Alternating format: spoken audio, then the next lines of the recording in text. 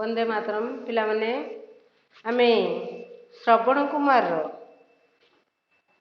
प्रथमे आमे कौन करथिले ना प्रथमे विषयटा पढ़ेइथिलु बुझेइथिलु मध्य केते पर्यंत ना निशान लगते थे अचूक निशान लगते थे एति पर्यंत पढ़ेइथिलु।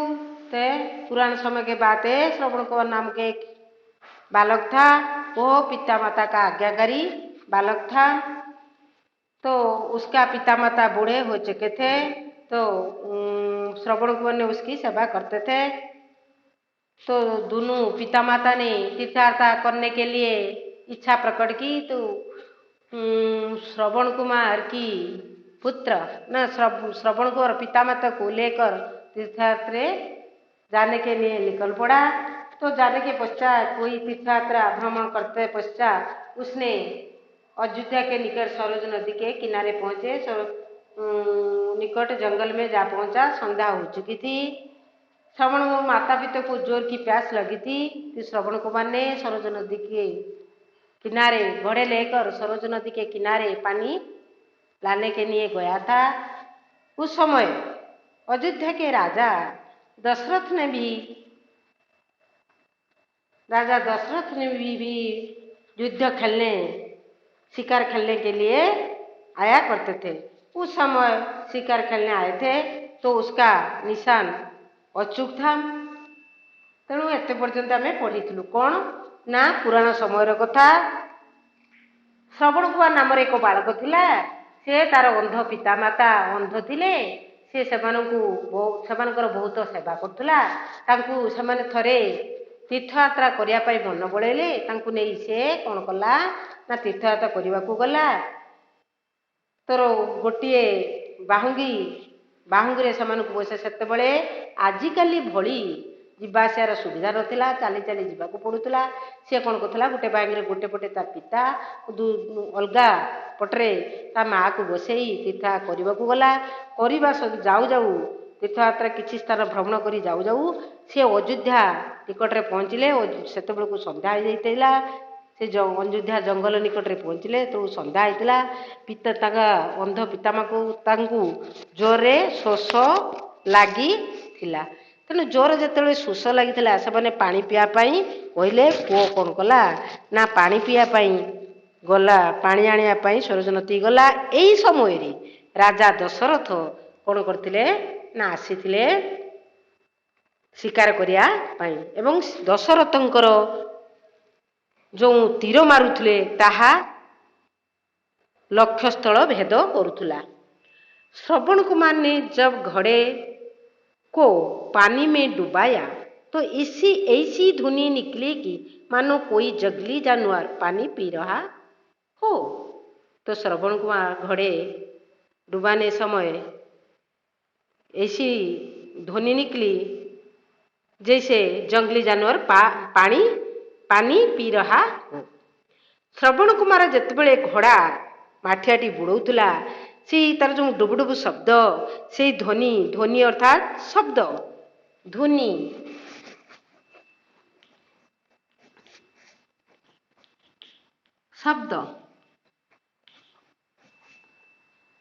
से शब्द जो बाहरुला ता जेभली जंगली जानवर है बणुआ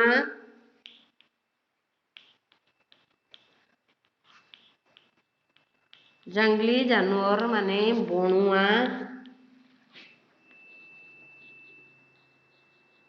पशु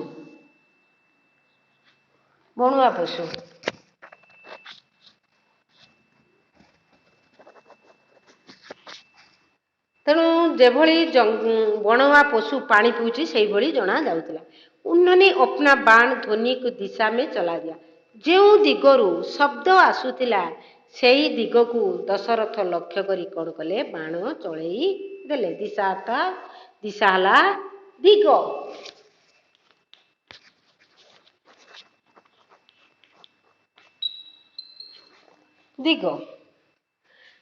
बाण श्रवण कुमार की छाती को भेद गया। तांको छाती भेदी आरपट को बाहरी गला।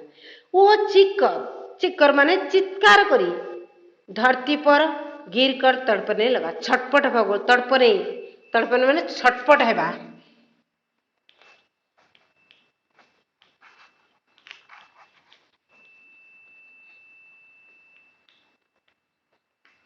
तमे तले गुटे तुम देहरे गुटे कंटा बा कौन बाचु तुम खो जोरे चित्कार करुच, चित्कार कर छटपट होच सेमती ये छाती रे पशि जेहेतु से छटपट होला।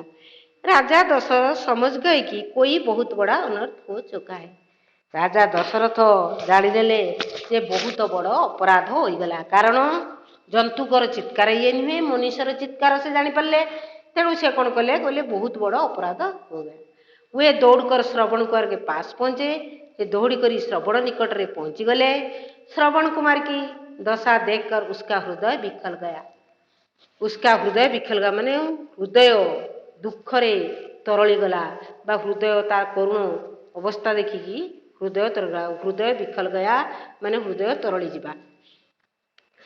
उन्होंने दुखी मन से कहा, मुझसे बड़ा अपराध हुआ। मो द्वारा अति दुखरे कहले, मो द्वारा एक बड़ अपराध हो गला, मुझे क्षमा कर दो, मते क्षमा करी दियंतु। हृदय विखल गया।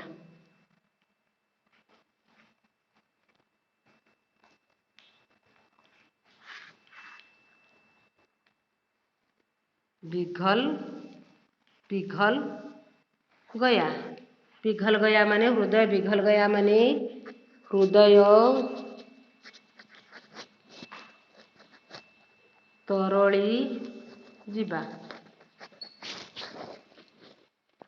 उन्हें दुखी मन से कहा, बहुत बड़ा अपराध हो गया मो द्वारा, बहुत, मुझे क्षमा कर दो, मते क्षमा करी दियंतु। श्रवण कुमार कराहत हुए बोला। श्रवण कुमार अति कष्टरे कौन कला ना दुखरे बा थरी थरी, कराहत माने थरी थरी, कष्टरे थरी थरी, कराहते कष्टरे थरी थरी थरी थरी कहवा क्या। आप मेरी चिंता न करें, आपण मो चिंता करंतु नहीं। होने को कोई नहीं टाल सकता, जहाँ होने के लिए था तो कोई टाल नहीं सकता, जो हुआ तो कोई टाल नहीं सकता, केवल भगवान ही टाल सकते हैं। तो भगवान ने नहीं चाहने पर हो नहीं सकता। तेणु हबार जहाँ थी निश्चित हम ताकू कहीं एपट सेपट करें, केवल भगवान करें। जदि भगवान इच्छा थाए बा कृपा थाए। मेरे अंधे तथा बूढ़े माता पिता पेड़ के नीचे प्यासे बैठे। मोर अंध पिता माता वृक्षर तले शोषरे बसी छंती। वे मेरी प्रतीक्षा कर रहे होंगे। से माने मोर प्रतीक्षा, प्रतीक्षा हला अपेक्षा।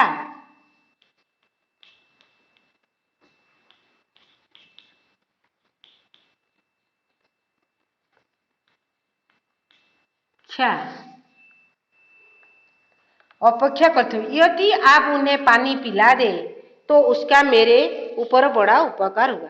यदि आपण तांकू पानी पीदेव तेबे मो उपरे बड़ उपकार हेबो। यह कहते हुए श्रवण कुमार ने प्राण त्याग दिया। यह कहू कहू श्रवण कुमार मृत्युवरण कले। राजा दशरथ बहुत दुखी थे। राजा दशरथ बहुत दुखी हेले। उसने मानव हत्या जैसे घोर अपराध हुआ था। मनुष्य मारिबा भली पाप तांको द्वारा तांका हाथ रे होई गला। या भाबिकी बहुत अपराधी मन कले।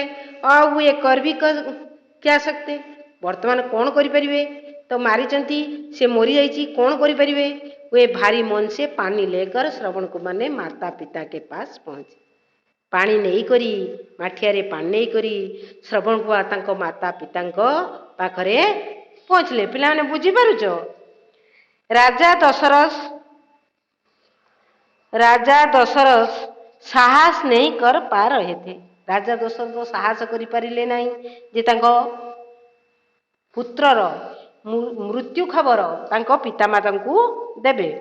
कि वे श्रवण कुमार के माता पिता के पानी पीने के को कहे। श्रवण कुमार माता पिता ने पूछा, ଶ୍ରାବଣ को कौन कले पितामाता को पानी पीवा कहे ये कहीपारे ना। तो माता पिता कौन कले श्रवण कुमार को पूछले। श्रवण कुमार नुहे राजा दशरथ आसी श्रवण कुमार मरी जाता क्या बात है पुत्र से मैंने जानी पुत्र बोली कौन कथा क्यों कुछ बोलते नहीं तो कहीं किसी कहू ना साहस बिठोर कर बिठोर है संचय बठोर बठोर है संचय बा संग्रह साहस संचय करी कौन कहले राजा दशरथ ने उन्हें भारी सारी घटना कह सुनाई जहाँ जहाँ घटना होता ताकू से सुनाइले। पुत्र की मृत्यु का समाचार सुनते ही वे विखल विखल कर रोने लगे। अति दुखरे म्रियमाण हो जो कांदती विकल भाव विकल विकल दुखरे बिलक बिलक बिलक बिलक बिलक बिलक एटा माने अति दुखरे बा विकल रे दुख बा अति विकल रे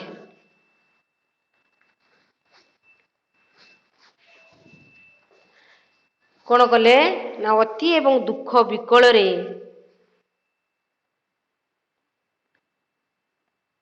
कर रोने लगा कांदिबा को लगे। उन्होंने राजा दशरथ को साप देते हुए कहा साप है अभिशाप साप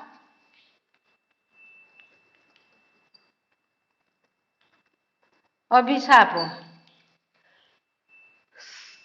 साप देते हुए कहा हे राजन जिस प्रकार आज हम अपने पुत्र वियोग में तड़क तड़क कर प्राण त्याग रहे हैं उसी प्रकार तुम भी एक दिन पुत्र वियोग में तड़प तड़प कर मरोगे। आमे जेउपरी आजी पुत्रर वियोगरे बा पुत्रर मृत्युरे छटपट होई प्राण त्याग करुचु ठीक तुमे मध्य दिने पुत्र वियोगरे एई भली छटपट होई मृत्युमरण करिवो तड़प तड़प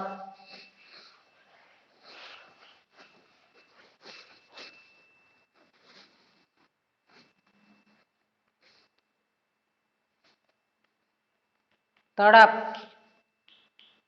तड़प छटपट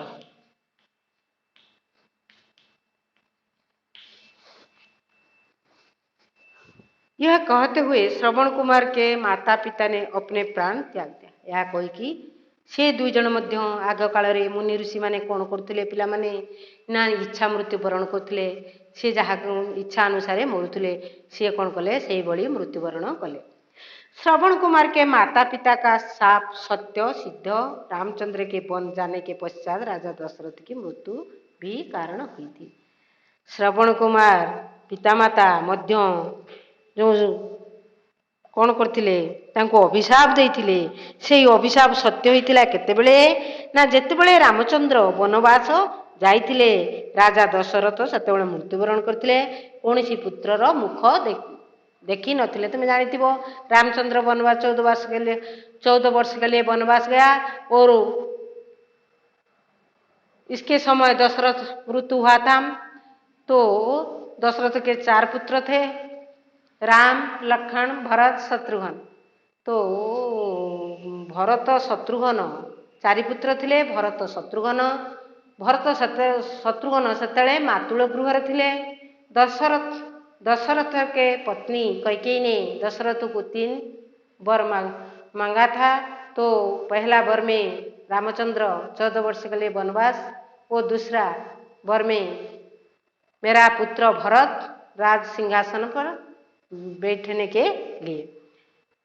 तो यही प्रश्न में तो इस समय दशरथ की मृत्यु हुआ था। तो दशरथ के पुत्र उसके पास कोई नहीं था। तो मुनि अंध मुनि के श्राप सत्य सिद्ध हुआ। जेतेबेले दशरथ कौन कर 4 पुओ थिले 4 पुओ 2 पुओ मातृ गृह और रामचंद्र लक्ष्मण वनवास गले से समय दशरथ मृत्युवरण है। ସେଇ ମୃତ୍ୟୁବରଣ ସମୟରେ କ'ଣ କଲେ, କେହି ପୁତ୍ର ତାଙ୍କ ନିକଟରେ ନଥିଲେ। ଅନ୍ଧ ମୁନିଙ୍କର ଅଭିଶାପ ତାହା କାର୍ଯ୍ୟକାରୀ ସେଇଠାରେ ହୋଇଥିଲା।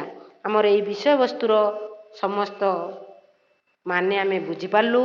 ଆମେ ଅଭ୍ୟାସ କାର୍ଯ୍ୟ ବା ପଢ଼ୋ ଓ ବତାଓ କୁ ଆସିବୁ ଏହି ଶ୍ରବଣ କୁମାର ବିଷୟରେ କ'ଣ ମୁଁ ତୁମକୁ ବୁଝେଇ ଦେଇଛି, ତୁମେ କରିବ। श्रवण कुमार कैसा बालक था?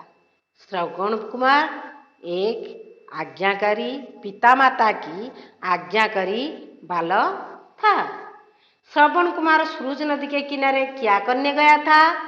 श्रवण कुमार सूरज नदी के किनारे पानी लाने के लिए गया था। राजा दशरथ कौन थे? राजा दशरथ अयोध्या का राजा थे। श्रवण के माता पिता ने राजा दशरथ को क्या श्राप दिया? श्रवण कुमार माता पिता ने दशरथ को श्राप दिया कि जिस प्रकार आज हम अपने पुत्र वियोग में तड़प तड़प कर प्राण त्याग रहे हैं, उसी प्रकार तुम भी एक दिन पुत्र वियोग में तड़प तड़प कर मरोगे। यह श्राप दिया था।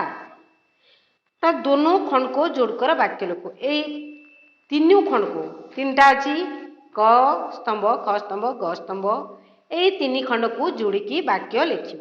तापर आस ग नंबर, वाक्य को था अथवा थी से पूरा करो। था किंबा थी रे पूरा करिवो। कौन? श्रवण कुमार एक आज्ञाकारी बालक था। केवल श्रवण कराला पुल्लिंग, एला अतीत काल क्रिया था थे थी। तेणु श्रवण कुमार जेहेतु एक वचन जणे, तेणु ता निकटरे कौन है? था नागिला।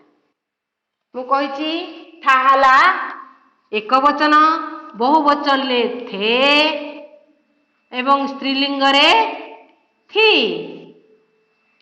एक वचन ले बहुवचन ले थी। तेणु एडा अतीत काल बा भूतकाल क्रिया, भूत कालर क्रिया। एक वचन निकट रे था नागिब, बहुवचन निकट रे थे नागिब, एक वचन स्त्रीलिंग पाखरे थी नागिब, बहुवचन स्त्रीलिंग पाखरे थी नागिब। जेहेतु एठी जड़े बालक थिबारु था लगिला। श्रवण कुमार के माता पिता को जोर की प्यास लगी थी। एठी होची माता जेहेतु एक वचन स्त्रीलिंग, तेणु स्त्रीलिंग थिबारु एठी थी लगिला। सूरज पासी सूरज नदी बह रही थी। एठी हमर दुईटा वचन अच्छी, लिंग अच्छी, गोटे स्त्रीलिंग पुल्लिंग। तेणु स्त्रीलिंग नदी एठी स्त्रीलिंग होइथिबारु एठी मध्य थी लागिछि। राजा दशरथ मृत्यु पुत्र वियोग में हुई थी। एठी काहेकि भी थी हला ना, मृत्यु होउछु स्त्रीलिंग, एठी दशरथ राजा दशरथ पुल्लिंग अछि, किंतु मृत्यु थी स्त्रीलिंग होइथिबारु सेही अनुसार कोन हला एठी थी लागिछि। तापरे घ नंबर को आस। घ नंबर, इन शब्दों को दो समानार्थक शब्द लिखो। समान अर्थ बुझौथिबा शब्द देदेला। प्रथमे पानी, जल एवं नीर। नीर एवं जल, जलर अन्य अर्थ रे कुआ जाय कोन? जल, नीर कुआ जाय। ठीक से बड़ी राजा, राजा अछि, राजन, नोट,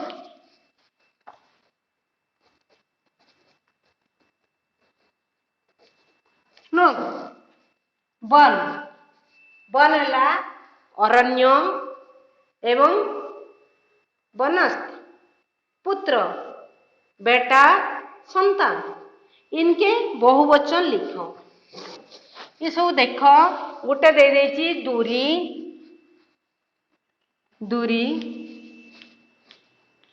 दे देछि दूरिया।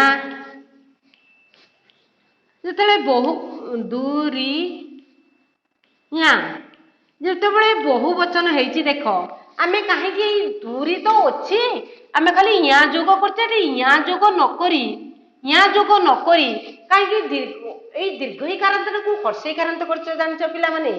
आमर हिंदी रे अच्छी कौन ना दीर्घईकारांत दीर्घईकारांत एटा लेखिनी। दीर्घईकारांत स्त्रीलिंग जेते बेले बहुवचन हेबो, ତାନେ ଦୀର୍ଘ ଇକାରାନ୍ତ ଯେତେକ ସ୍ତ୍ରୀଲିଙ୍ଗ ଯେତେବେଳେ ବହୁବଚନ ହେବ ସେତେବେଳେ କ'ଣ ହେବ ନା ଦୀର୍ଘ ଇଟା ବହୁବଚନ ହେଲା ବେଳେ ଦୀର୍ଘ ଇଟା ହର୍ଷେଇ ହେଇଯିବ ଏବଂ ଶେଷରେ ୟା ଯୋଗ ହେବ। ଏଇ ଯେଉଁ ମୁଁ ଦେଲା ମୋ ନମ୍ବରରେ ଯେତିକ ଦେଇଛି ଏଗୁଡ଼ିକ ହେଲା ଦୀର୍ଘ ଇକାରାନ୍ତ ସ୍ତ୍ରୀଲିଙ୍ଗ ଶବ୍ଦ। ତେଣୁ ଏଠାରେ ସବୁ ଦୀର୍ଘ ଅଛି। ତେଣୁ କେବଳ ସେଠି କ'ଣ ହେବ ନା ୟା ଯୋଗ କରିବ। ଆହୁରି ବୁଢ଼ୀ ବୁଢ଼ିଆ ଏମିତି ସବୁ ଅଛି ଦୀର୍ଘ ଇକାରାନ୍ତ ସ୍ତ୍ରୀଲିଙ୍ଗ ଶବ୍ଦ ଗୁଡ଼ିକ କୁତି କୁତିଆ ଏମିତି ଅଛି। ତ ଏଇ ଗଲା ଆମେ ବୁଝିପାରିଲେ କ'ଣ ଦୀର୍ଘ ଇକାରାନ୍ତ ସ୍ତ୍ରୀଲିଙ୍ଗ ଯେତେବେଳେ କରିବା ବହୁବଚନ ତାପରେ ଦୀର୍ଘ ଇଟା ହର୍ଷେଇ ହେଇଯିବ ଏ ଶେଷରେ ୟା ଯୋଗ ହେବ। ବହୁତ ପିଲା ମୁଁ ଦେଖିଛି କ'ଣ କରନ୍ତି ନା ଏଇ ଦୂରି ଲେଖିଦେଇକି ଇୟା ଲେଖିଦେବେ। ଏଇଟା ଭୁଲ। ଏଇଟା ଦୀର୍ଘ ହର୍ଷେଇ ହେଇଯିବ ଏବଂ ୟା ଯୋଗ ହେବ। ବୁଝିପାରିଲ? ଏଗୁଡ଼ିକ ସବୁଗୁଡ଼ିକ ହେଲା ଦୂରି, ଧ୍ୱନି, କଲି, ନଦୀ, ଛାତି, ରେଲଗାଡ଼ି ଏଗୁଡ଼ିକ ହେଲା ସବୁ କ'ଣ ଦୀର୍ଘ ଇକାରାନ୍ତ ସ୍ତ୍ରୀଲିଙ୍ଗ ଶବ୍ଦ। ତେଣୁ ଯେହେତୁ ଦୀର୍ଘ ଇକାରାନ୍ତ ସ୍ତ୍ରୀଲିଙ୍ଗ ଶବ୍ଦ ତେଣୁ ଏଇ ଦୀର୍ଘ ଇଟା ହର୍ଷେଇ ହେଇଯିବ ଆଉ ୟା ଯୋଗ ହେବ। तापरे रिक्त रेखांकित शब्द के विलोम शब्द में रिक्त स्थान भरो। जो रेखांकित शब्द मरा देख तुम 6 नंबर रे वाक्य किछि देइछि किछि शब्द रे तळे नालिगार मरा दुखी पुरस्कार धरती ए विलोम माने विलोम माने कौन बुझी पारछ पिला? विलोम माने विपरीत शब्द विलोम शब्द है विपरीत शब्द। तेणु ये विपरीत शब्द तेणु केवल एगुड़िकर माता पिता एगुड़िक लिखानी कौटार केवल लिखा ना जोटारे नालिगार मरा जाए कौन ना दुखीर मराई दुखीर विलोम शब्द है सुखी बल्कि सुखी रहते थे। अपराध के लिए पुरस्कार नहीं अपेतु तिरस्कार मिलता है। श्रवण के माता पिता के सामने धरती तथा आकाश दोनों हिला दिया। तापर आ के मात्रा वाला मु कही स्वरवर्ण जो अच्छी स्वरवर्ण गुड़िक मात्रा हुए केवल स्वरवर्ण गुड़िक ओ आ हर्षई दीर्घई एगुड़िक जो ओं आउ ओ एपत अच्छी ए ओई ओं अ एटा है स्वरवर्ण। ये स्वरवर्ण गुड़िक कौन हुए मात्रा हुए केवल ओटी अक्षर सहित मिसिक था किमती क युक्त अ क आ सहित सबू ख युक्त अ इमिति कौन करता है ना तार अक्षर सहित मिसिक आता आउगुड़िक सब कौन हुए ना मात्रा है अरे आकार हर्षई रे हर्षई का दीर्घई का इमिति होता है। तेणु सेगुड़िक मात्रा एठी आमर देइछि आ की मात्रा केवल आकारांत मात्रा लगेबा बाड़ी भली आकारांत मात्रा तने देइछि रो जो राजा राजो एठी तापरे कल काला कोला मो तो माता मोता तापरे गा ना गा गो ना लिखले तापरे ज्ञानबोधक अभ्यास नीचे 5 नदियों का नाम ढूंढो। ये गोटे देख गोटे शब्द गोटे लेखाई दशरथ सुरुज बाण कानपुर गंगा आगरा मथुरा यमुना दिल्ली तामिल कटक कावेरी महानदी उड़ीसा बंगालो मेधा नर्मदा पाटेकर लेखाई एथुरु आमे कौन करबा ए शब्द रु को गुड़िक नदी रही आमे देखिबा।